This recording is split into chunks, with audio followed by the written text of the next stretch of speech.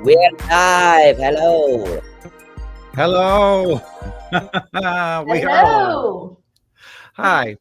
Hi. Hello. I'm Hank Green. I was just looking at the chat and not at the screen. Hello. I am Hank Green, and I had the notes open, and I had them in a special. There it is. Hello. I'm Hank. It is the last day of the Learnathon, which the Learnathon is a celebration of Complexly and the mission of Complexly, and a chance to raise money to support the mission of Complexly. And I'm really excited to be here for our final things. Hello, everybody. I'm Julie Walsh-Smith. I'll introduce myself in a sec, but I just wanted to remind you all you can watch everything on complexly.com/learnathon. We have workshops from our writing and editing and audio teams. We have a SciShow RPG puzzle. So you can catch all of those. They've already happened. This is the last Learnathon event, but you can still watch them at complexlylearnathon.com. And you can also support Complexly, and if you give $5 or more during this stream, $5 or more during this stream, this is the time to do it and the now to do it. You will get a link to all of the Ask Hank Anything bonus features, which includes cut questions from Ask Hank Anything, including Brian David Gilbert asking me how long it would take to do the dune sandwalk across the Mojave Desert, which we figured out with a tape measure in the hallway with Brian David Gilbert doing the sandwalk, his own version of the dune sandwalk in a hallway in Los Angeles. So if that's not worth $5 and supporting the mission of an amazing organization, I don't know what it is. So we are now, for the next hour, we're hosting the Learnathon finale here. I have had a little too much tea. I'm feeling the buzz. And we have a special edition of Ask Hank Anything. And I am joined by the CEO of Complexly, Julie Walsh, who is not known to be a public persona performer.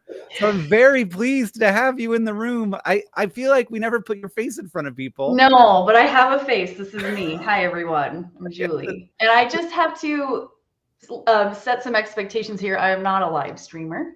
I'm not normally on this side of things, but I do want to congratulate myself for having my notes up in the proper window when we went live.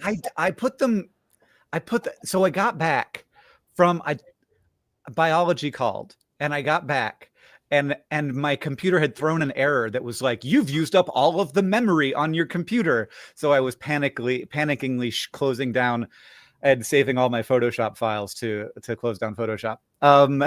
And can I very briefly, as a form of introduction, can I talk to you about, so we are in a lot of business meetings together, and I want to talk to you about one of my least favorite things, which is the term bio break. Okay. This is when you're in a long meeting and they say, okay, everybody, 5-minute bio break. And it's just like, we all have to like acknowledge for a moment our physiology. And there was a time when we were more polite about this, where we just say 5-minute break. We don't need to know that we're all going to go urinate and defecate now. We don't need to be, we don't need to be our physical monkey selves. We can stay in the myth that we're all, something special and separated from that. And I don't have to think about your biology. I just think about you as a human person. What would you prefer? We're just going to take a quick break. There's no need for I take a break more because there's no expectations about how you will use that break. You're going to do whatever you want. Yeah. And also, can I take a bio break without telling everyone sometimes during the meeting? That's the other thing. I should be able to take a bio break no matter when. I don't need everybody else to be doing it at the same time. And drinking my coffee is a bio break because I need my coffee. So yeah, filling up your coffee cup. Yeah. Okay. Now we're settled. There's so many adorable little things in business. I just think that business people are so cute. Thanks. I consider myself a business person, so I'll take that. But it's really fun when I get to hear you interview on podcasts about how much you hate meetings. And I'm like, I'm sorry, man. So sorry. Yeah, Julie's just always listening to me being interviewed, talking about how much I hate her. That's not how I feel. No, I do not take it personally. Yeah. But it's good to be hanging out with you. Well, yeah. I mean, one of my favorite things is having a one-on-one with you, especially a spontaneous one where I just pop into the office. Oh, cool. I'm going to have one of those with you this afternoon. So be Okay. warned. Okay. But yeah, Hank and I worked together for like 11 and a half years now, which has been really fun. I think I'm supposed to be telling you about my journey, but one of those, How did I meet you? I want to know how you. I mean, I think I met you when I was hiring you.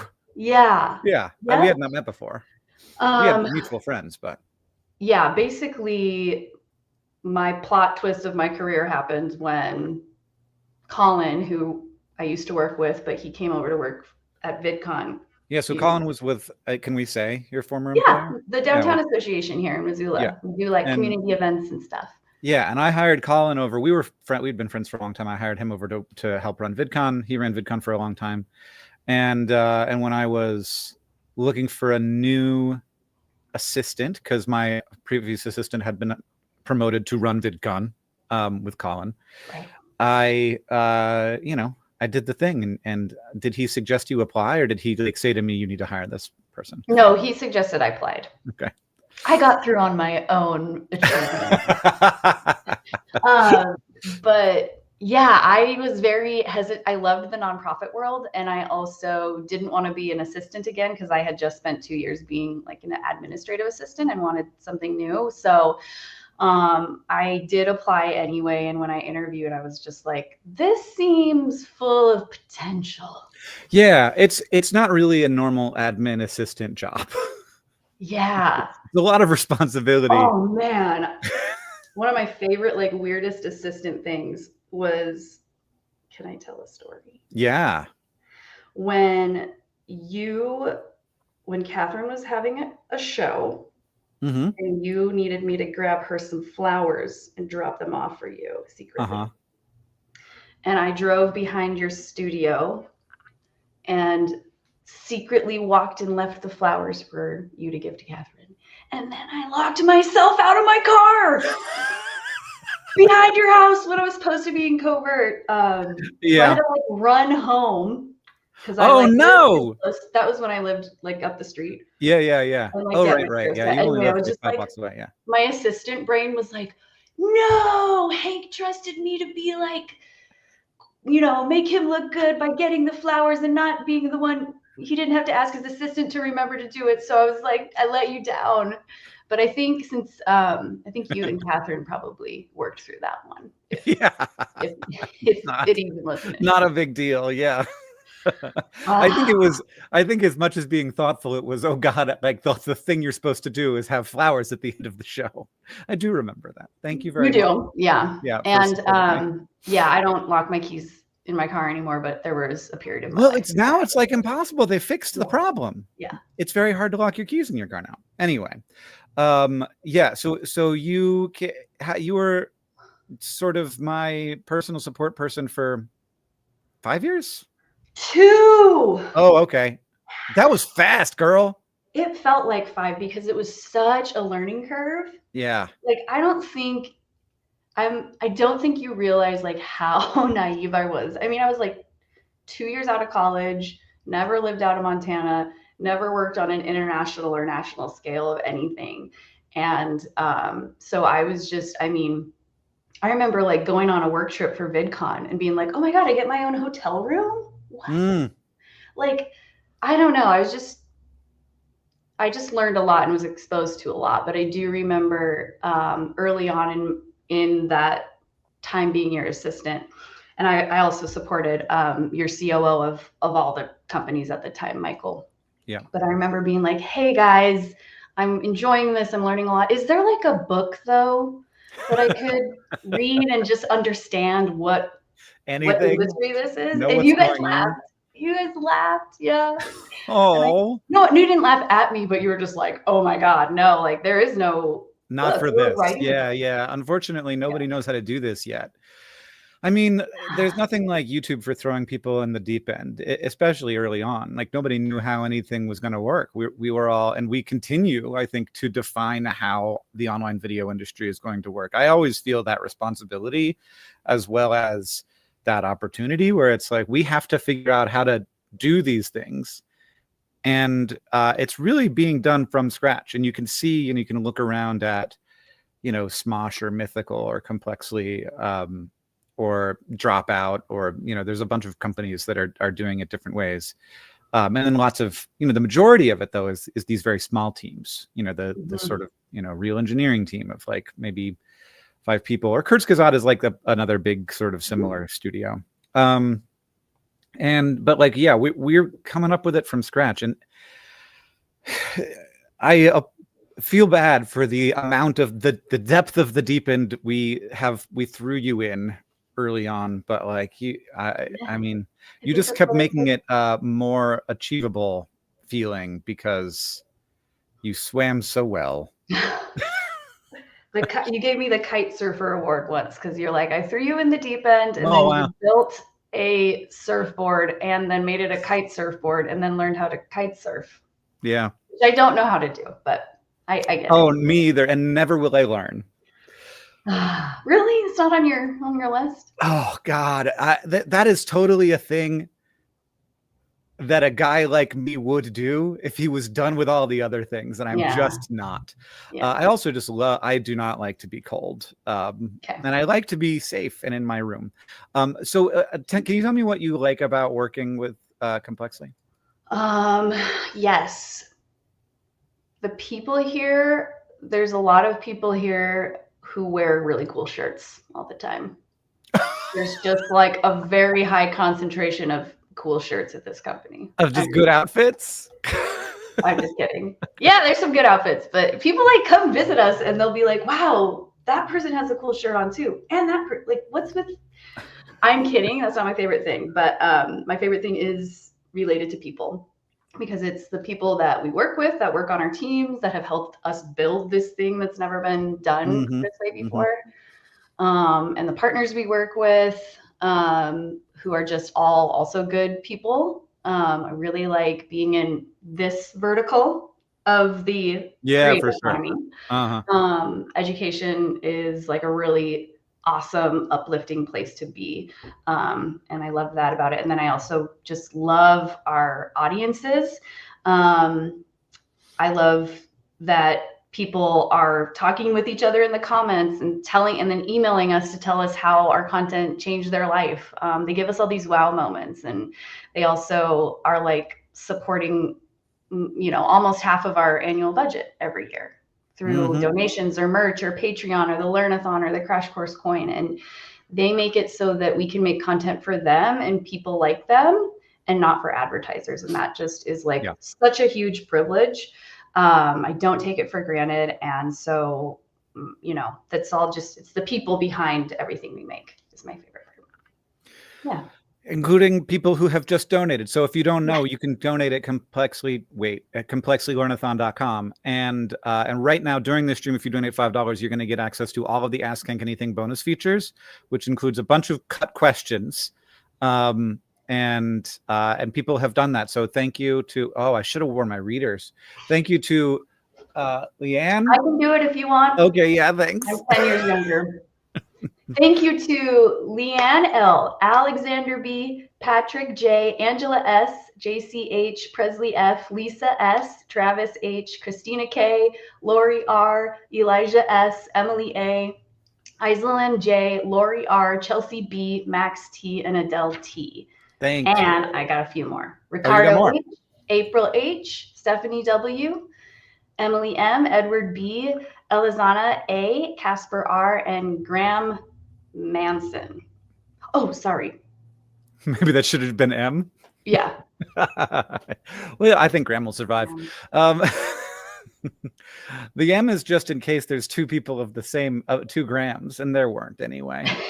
You know who you are, Graham. Someone else's name was Manson. I don't know. Oh, maybe it was just another Manson. Could be. Who knows? Thank you. And yeah, you can give it at Complexly Learnathon. complexity.com/learnathon or at complexitylearnathon.com. I think both of those links work. Someone just gave us $500 in the chat on YouTube. Oh my God, a super chat. Thank you. Thank you. Oh, it was Thank there you for a so second, but it went much. away. So what are we doing now? Okay. Yeah. We can move into questions. Yeah. I think that's what people are here for. That's what people are here for. That's what I said I would do. We have a video question first. So we have some special guests. We have questions from donors, and I think we're going to start off with a video one. So Laser, go ahead and play that. Cool. Hey Hank, it's Brendan Lee Mulligan here. I hope you're doing well and that the live stream is doing well. I had a question for you, which is, who would win in a fight, 1 man or 100 men? Thank you very much.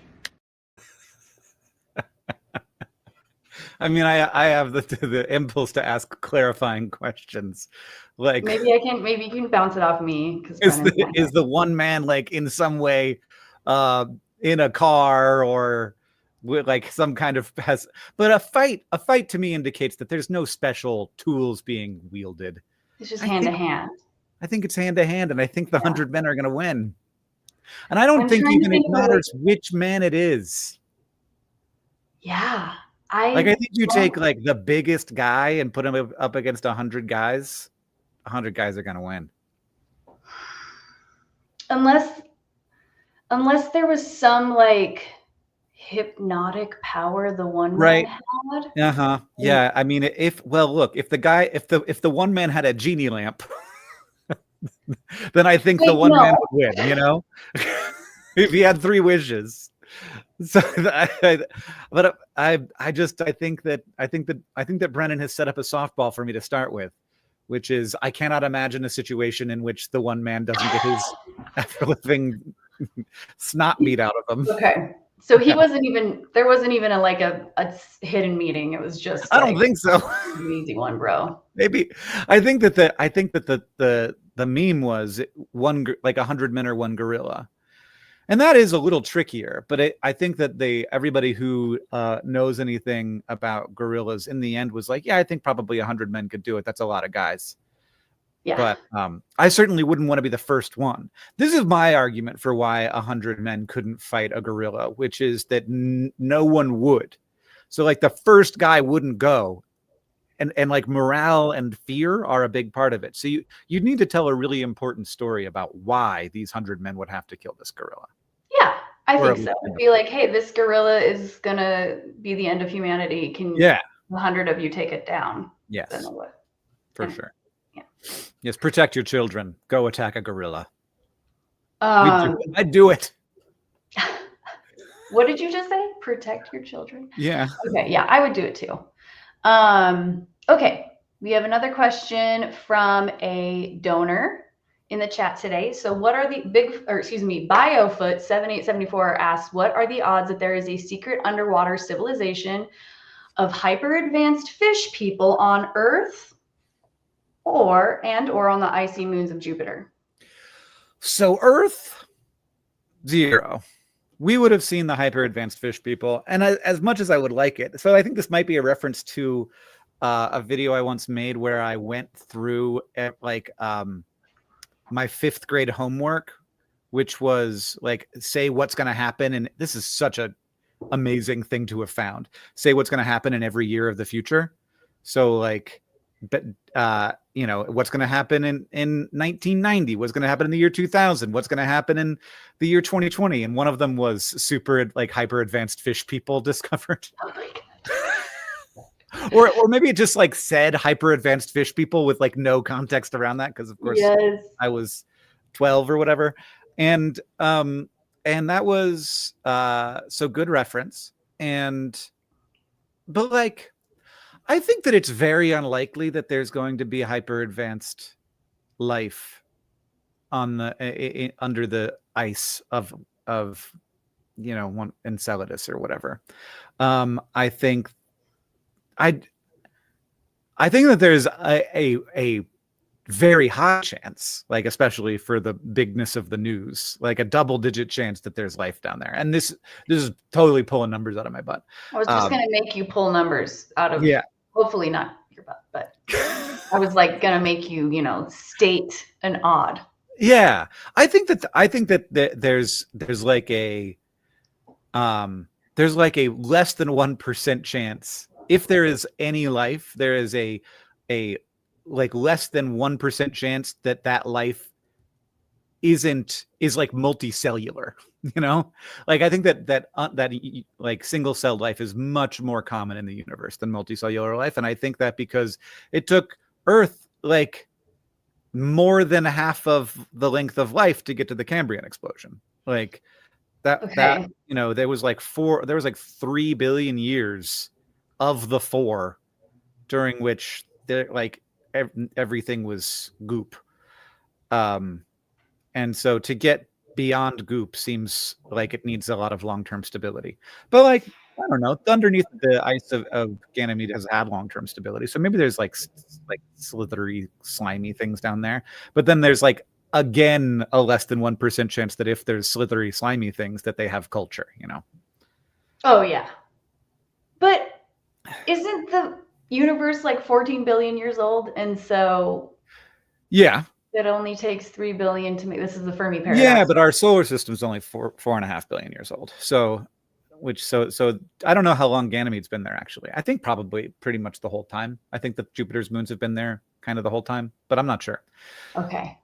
I'm not sure either. But yeah, in terms of in the universe, I think there's a very high chance that there's hyper intelligent fish beings. Oh. For sure. Yeah. You heard it here first, folks. Hank was right when he was 12 about a different planet, though.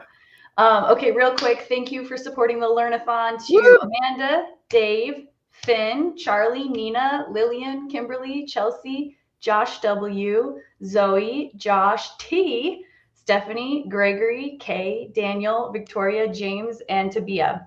Thank you, everybody. Thank you. You're going to love it. And why those people donated, probably for a bunch of different reasons. But one of the reasons that they donated was to get all of if you donate more than $5 right now, you get all of the cuts from Ask Hank Anything. So I think we cut a question from every single episode specifically for this reason. And was it the worst of the questions? I wouldn't say so. I would say that maybe it was the questions that were a little more real. They maybe didn't go exactly how we expected. You mean, okay, I thought you were going to say least brand safe. Not, you would never say that. I don't. Is that what you mean? There may be a little bit of that, but I think mostly it was like, oh God, where have we ended up? And I think that if the content is not as compelling, it is more authentic. Great, you guys go spend $5 and get those behind the scenes clips. Yeah. I know I'm going to. Okay. This is so funny to be on this side of a live stream with you. Part of my being your assistant was like being the back end of it, P4A for a couple of years with another group of people. But you're very good at this. I'm still learning. Please, everyone. No, you're good. You're doing great. I think we're on the next question from. Okay, thanks, Laser. Hi, it's Savannah from SciShow. My question for you, Hank, is what currently happening scientific research do you think is going to change society the most, like 10 to 15 years from now? Please do not say AI. Has nothing to do with whether I think that's true. I am just tired of people talking about it. Yeah. Well, I think that's also like kind of the dumb easy answer. So it's not very interesting to be like, I think the one that we're currently spending $500 billion on is probably going to be somewhat impactful, if only economically, by if it turns out to be nothing, having been a huge bubble that we all have to deal with the consequences of. I think almost definitely. Almost definitely our increasing ability to harness the tools of life to make things, and And so this is my broad answer, and then I'll give a really specific and totally different answer. So my broad answer is like CRISPR, for example, is a way of harnessing the tools of life to like make big, like do big and cool and very useful things. I think that we're gonna continue to have a deeper understanding of human physiology, human chemistry, human biology, and that will have some really big impacts on human health. We're already doing that. I think that we'll look back at like GLP-1s, for example, are an amazing and extraordinarily powerful tool. I think that we will look back on that as like a first and kind of almost, it's hilarious to say this because it's a very, comparatively a very narrow targeted tool, but I think that we will look at it as kind of more of a blunt scalpel, which so and I think that there will be lots of really positive implications for human health in there. Cool. And then in terms of like a single physical technology, I'm going to say geothermal energy. That's my like reach. Okay. Why is that a reach? Well, I think that everybody's very and understandably focused on batteries and solar because the power law, like the scaling, the decrease in cost is so clear, like the Moore's law of it all. And those are two technologies that are really well suited to getting cheaper and cheaper and cheaper forever. I just think that we're going to need some kind of clean, firm power. I living in Montana maybe like does this to me, where we have many months where the solar panels aren't getting anything. Mm-hmm. Like batteries aren't going to do that. We have not just months of it being darker than average, but it gets cloudy. Everywhere around here is cloudy.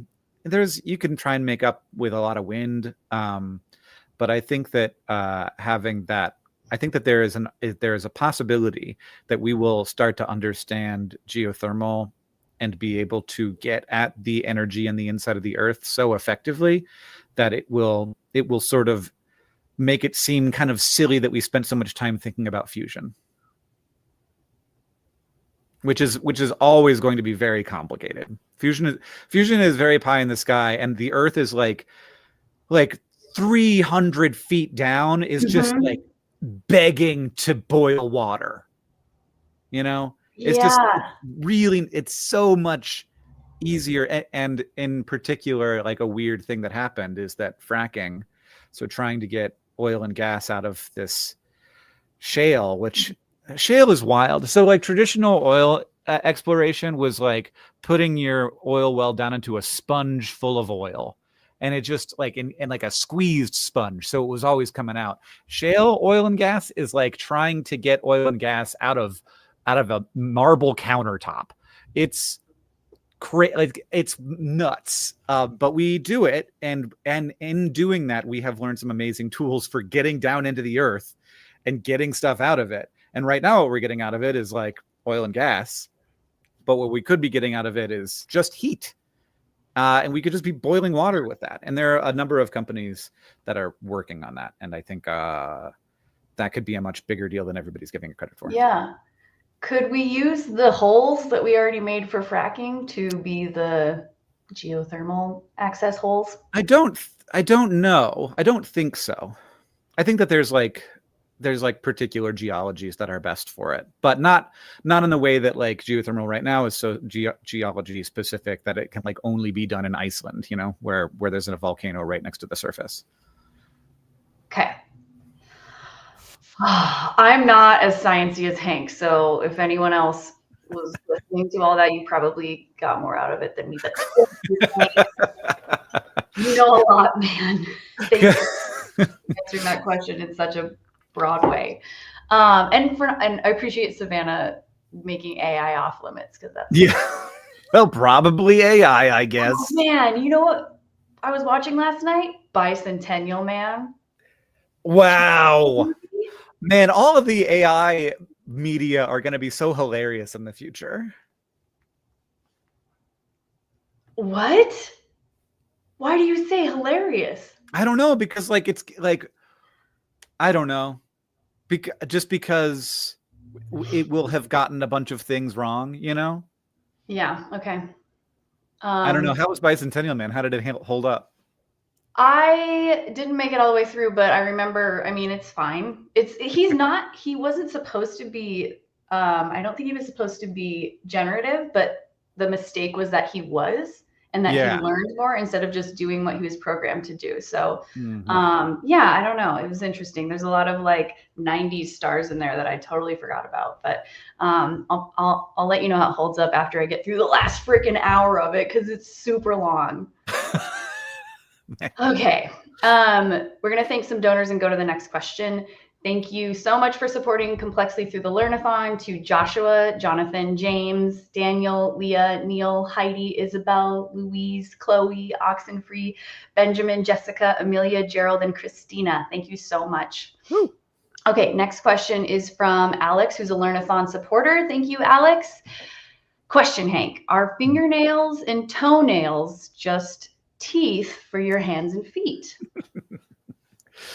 Well, I mean, in like a comparative anatomy way, yeah, like they do the same job in the way that like bat wings are just wings for mammals and bird wings are just wings for birds, but like those are very different things structurally. Like a bird wing is an arm, a bat wing is a hand.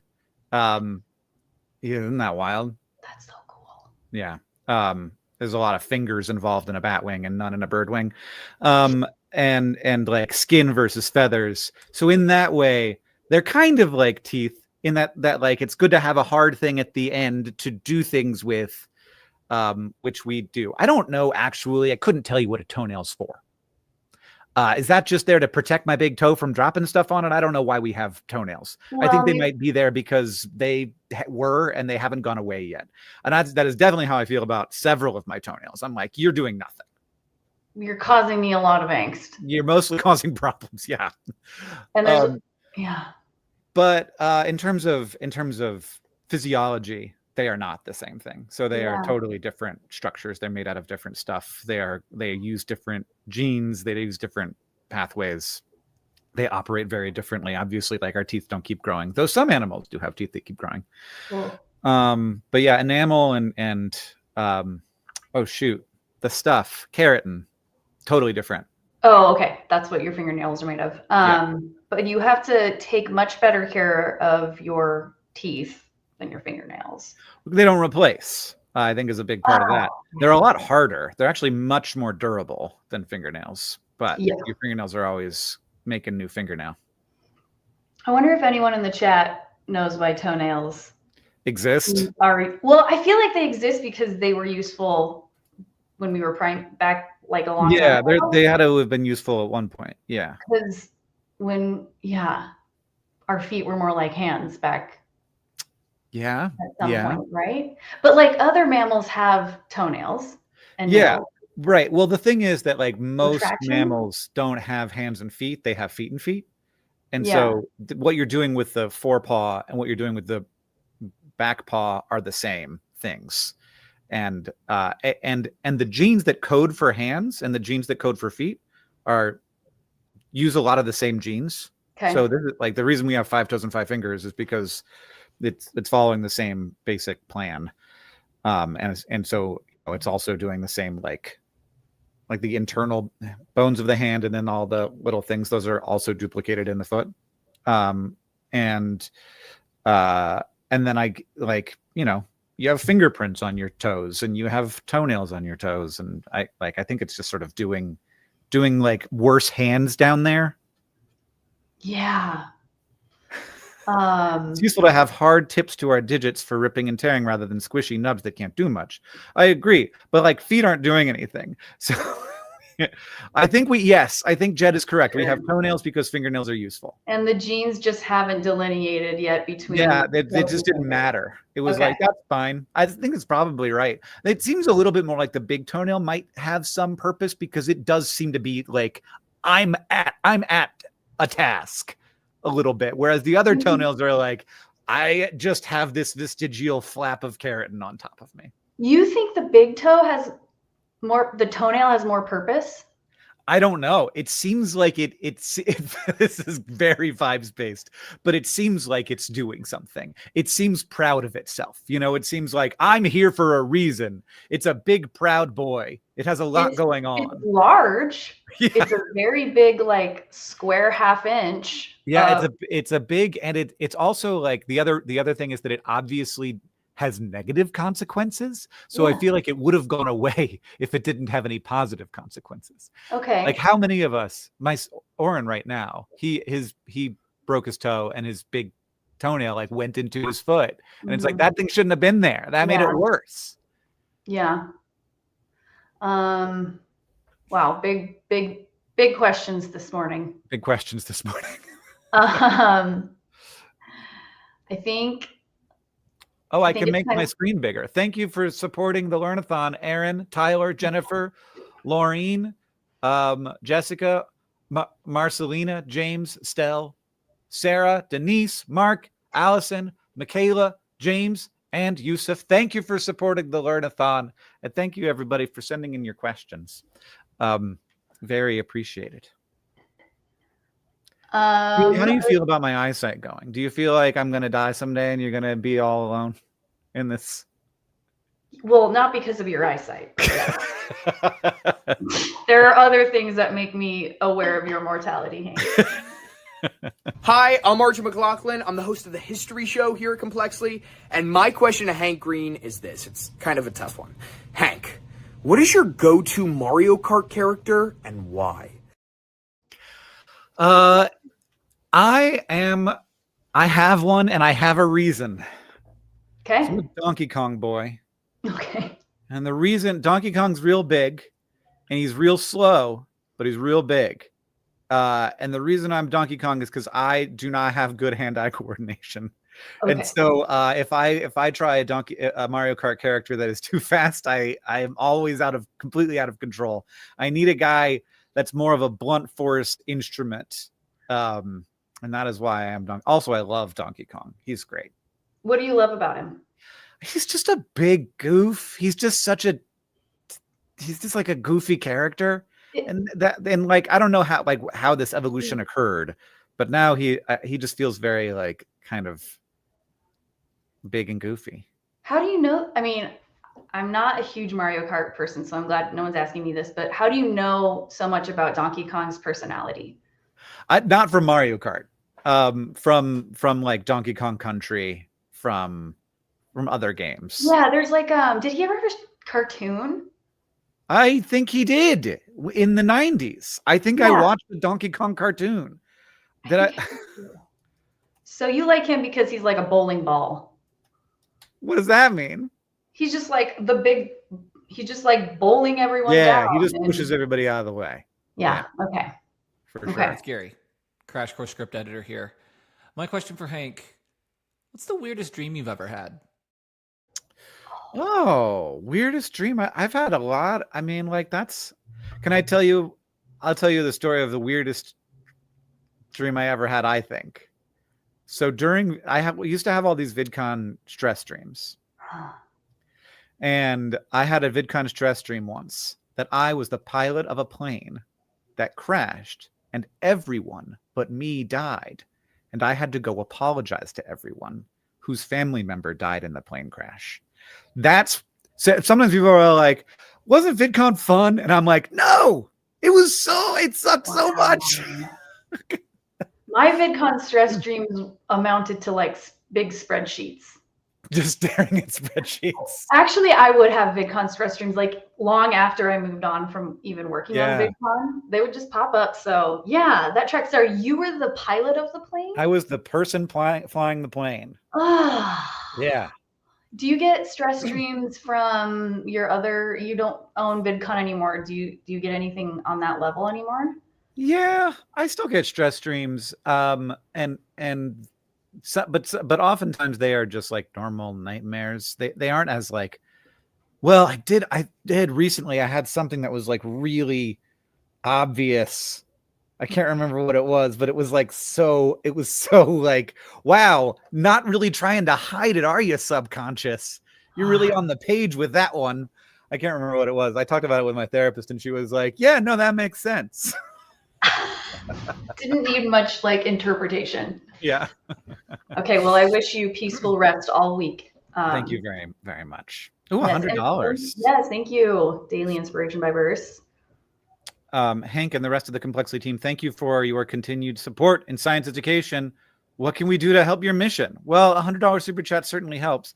We have a number of these opportunities throughout the year. And so to everybody who's ever bought a Crash Course coin, or who has supported SciShow fundraisers, or who's supported Bizarre Beasts or been a member of the Bizarre Beast Pin Club, but also to the people at PBS for helping fund Eons. Yeah, all of this stuff is that's a lot of how it goes in. But then, the biggest way is letting your like the good parts of your curiosity lead you when you're on YouTube.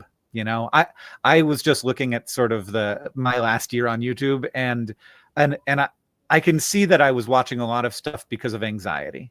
I was watching a lot of like I'm worried about the economy, I'm worried about AI, I'm worried about business, but then like I'm also watching Stefan Milo talk about Neanderthals, and I'm watching HG Modernism talk about how lactose intolerance works, and I'm watching Cleo Abrams, and I'm watching Joss, and I'm watching Eons, and I'm watching SciShow, and like these are the parts that I actually like feel the best about. And it's weird because it can be harder to make the decision. It's easier to watch the stuff that's like I'm both curious about and scared about. But the things that actually deliver me the most sort of happiness is the things that I'm following my curiosity. So that's the biggest way. Yeah, I think that ties to this question that. Oh, it's for you. Is for me. Yeah. What are your hopes for the future of Complexly? What do you want this company's impact to be on the world in your dreams? Your good, not speaking of dreams. Yeah. Oh, great segue.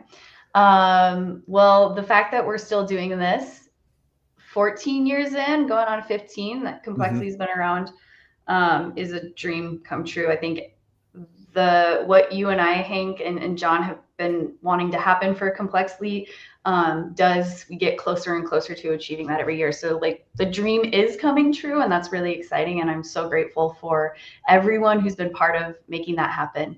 But if I look out really far into the future, there's a lot of uncertainty around how people consume media, how people learn, where they get good information, what do classrooms look like, what are teachers doing?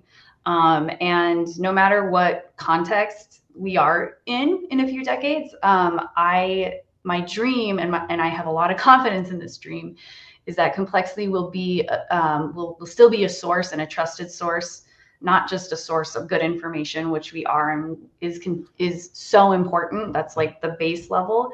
But we're going to be a source of everything you just described, where it's like the joy you get from learning something new, the inspiration you get from realizing how good it feels to learn something new, and that there's an endless amount to learn. And because there's an endless amount to learn, Complexly's work will never be done.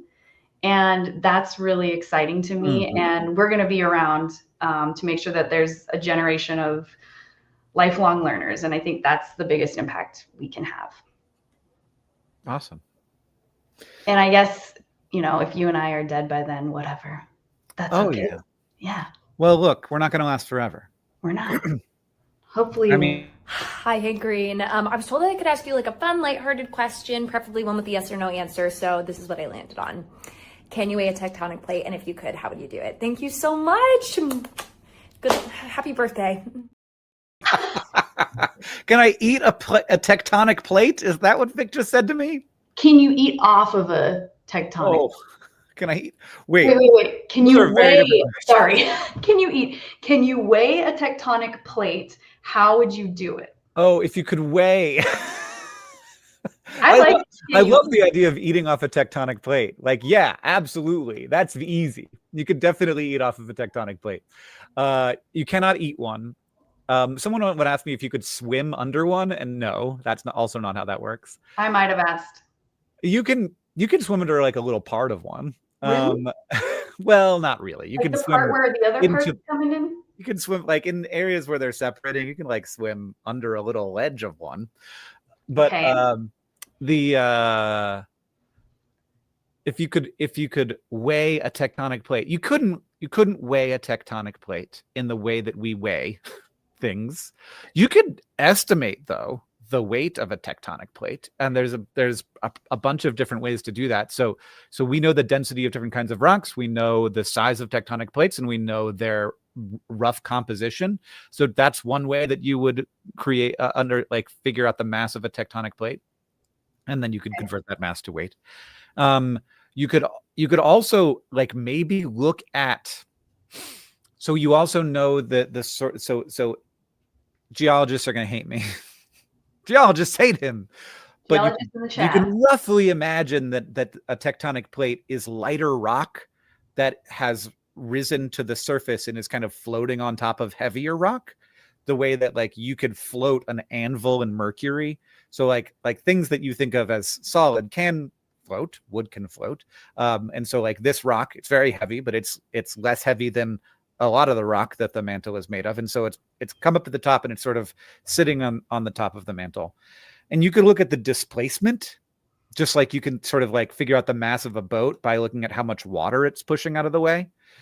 So that maybe would be another way. I think probably the best way would be, and I bet people have done this. Like I bet you could look at what the weight of the North American plate is and be like, yeah, that's pretty heavy, but you know, it is a tectonic plate, so that makes sense. Means nothing to me. Yeah, that seems like a lot. I don't know. Could I guess within 4 orders of magnitude? Probably not. Okay. I don't know. I think Matthew Gatos is here listening, and I just want to plug, maybe we can get a dinnerware set at complexly.store. Tectonic plates. I don't hate that. I don't hate that. Of course, somebody's done it, right? The FTBA has a plate supplier, I believe. We do. You do? Okay. Yeah. Okay. We'll make it happen. Okay, next question comes from Case, another Learnathon supporter. Thank you, Case. Where would the best place be for humans to grow a third arm?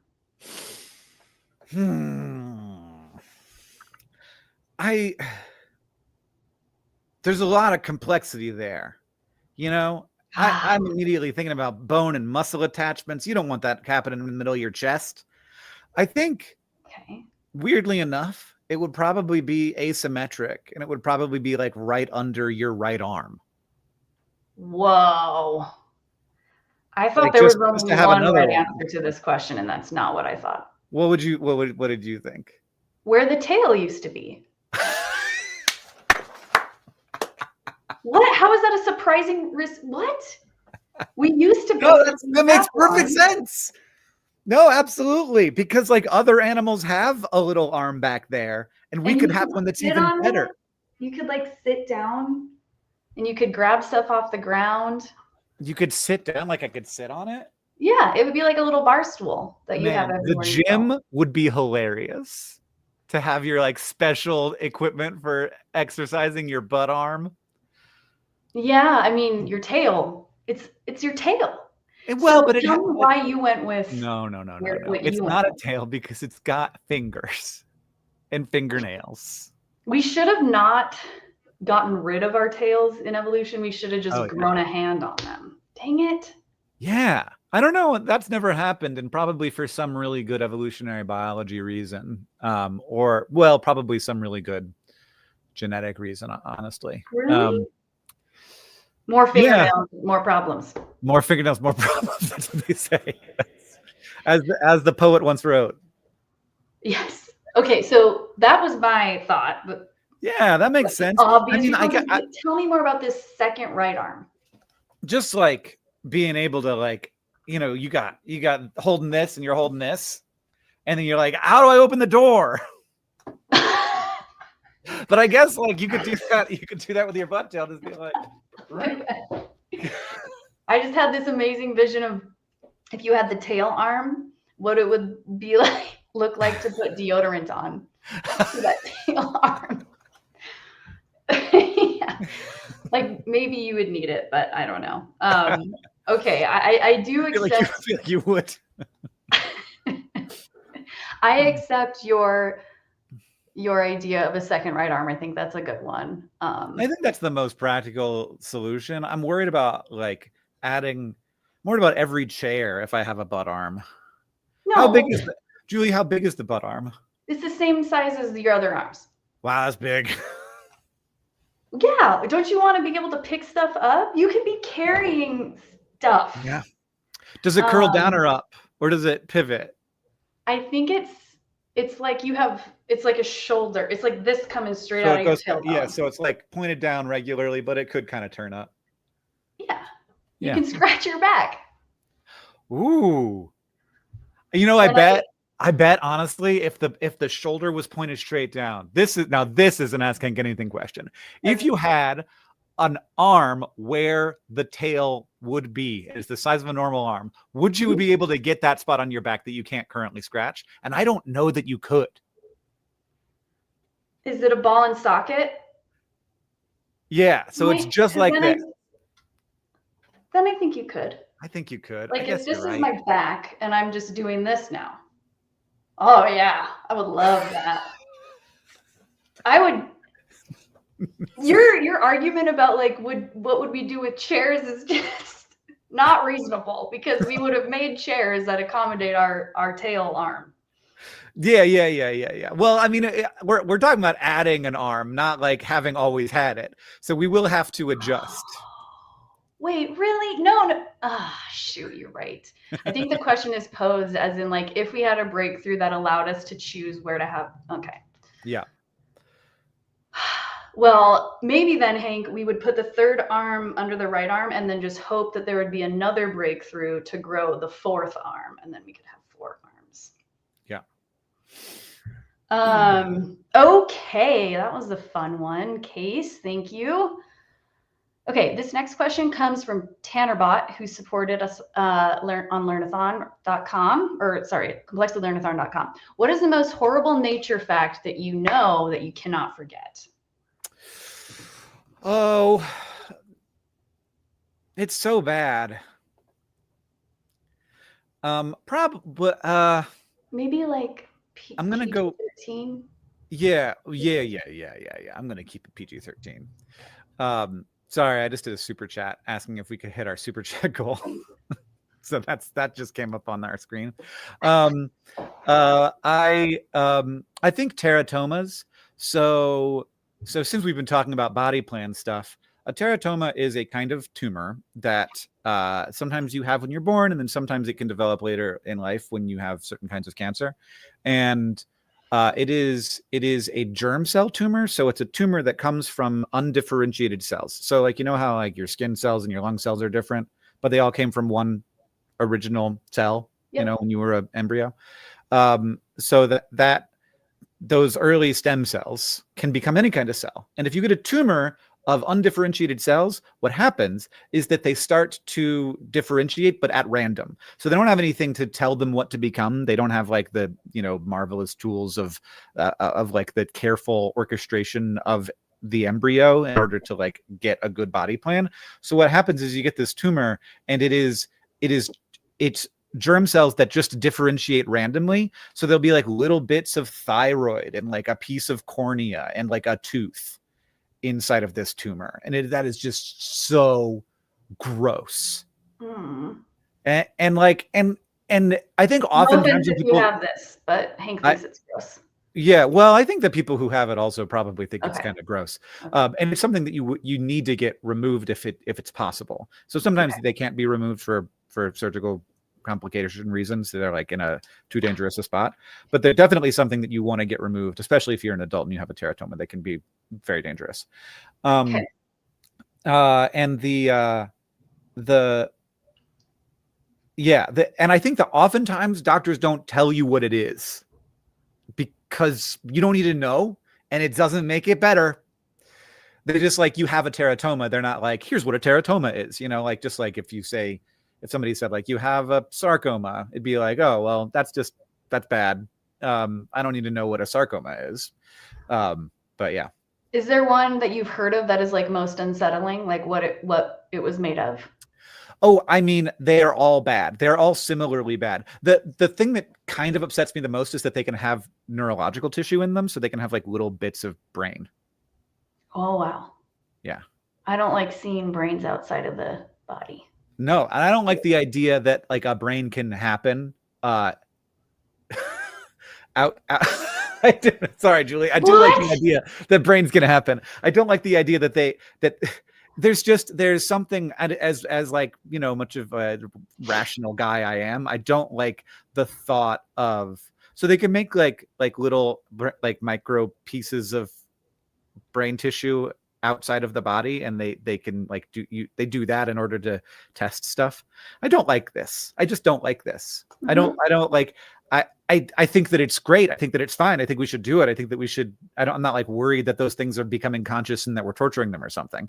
You know, they're like tiny organoids and definite, and like, but I don't like this. There's like a thing I don't like about it. Okay. So it's like squeamish. Yeah, I am squeamish about the idea that there's like, there can be like a little piece of brain inside of a tumor that's not where the brain goes and but like, what's it doing in there? Okay. Is it like, are the neurons firing? How far away is it from sensation? From oh my God. feeling something? Yeah.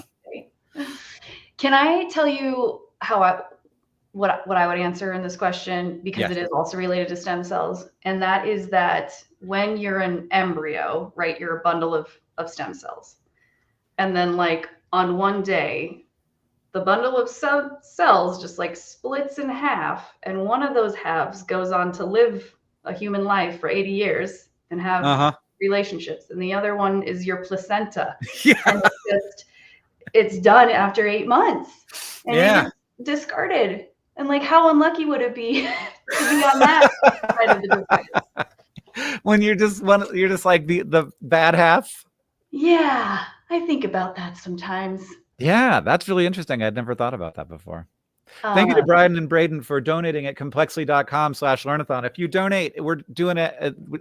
The Learnathon is ending soon. And so if you want to give, this is the time to give. And also if you give during this live stream, which is not going to go on for that much longer, if you give over $5 or just $5, you will get all of the at complexly.com/learnathon. If it's a super chat, this doesn't count because we don't have the systems for it. But if you donate at complexly.com/learnathon, you'll get all of our bonus features from Ask Hank Anything Season 1, which has a bunch of cut questions that are really silly from all of our people. So if you like any of those people, you're going to get extra content with it's a great $5 to spend. You could have a latte, or you could be helping out Complexly to do our mission and getting goofy stuff. Yes, and good information, helping us keep good information flowing. Do you want to do one more question, Hank, or yeah, one more at you? Yeah, if we got like video questions we haven't used, we should definitely do those. But I can hang out a little longer. No more videos. Okay, cool. Let's see. This one is along the lines of body horror, so we're gonna keep going there. Which would kill you faster? If you suddenly lost all of your bones magically, or if you lost all of your skin magically. So weirdly, I have thought about this a fair amount, because in early drafts of Crash Course Anatomy and Physiology, we had every episode would have the thought experiment. So we're talking about the blank. What would like, and we're gonna talk about it through the lens of what would happen if it immediately vanished from your body. So I thought about both of these things, and almost definitely your bones. So your bones, if they disappeared, first of all, you might die of trauma. So you might die of just like, if you were standing up, then that might do it. Because you wouldn't have any protection around your nervous system, and you just sort of flop on the ground. If you were like already laying down and your bones disappeared, you might survive that. It would still maybe you wouldn't. You might not survive the instant it happened, where you would survive the instant it happened with your skin, but you would very quickly die of a lack of ion regulation. So bones do this really important thing where they absorb like calcium ions and other, calcium is a big part of it, but also other ions. Okay. And then they release them when you need them. And if you don't have that regulatory system, your nervous system breaks. So if you don't have the ability to do that part of the bones, and the nervous system is the thing that is you.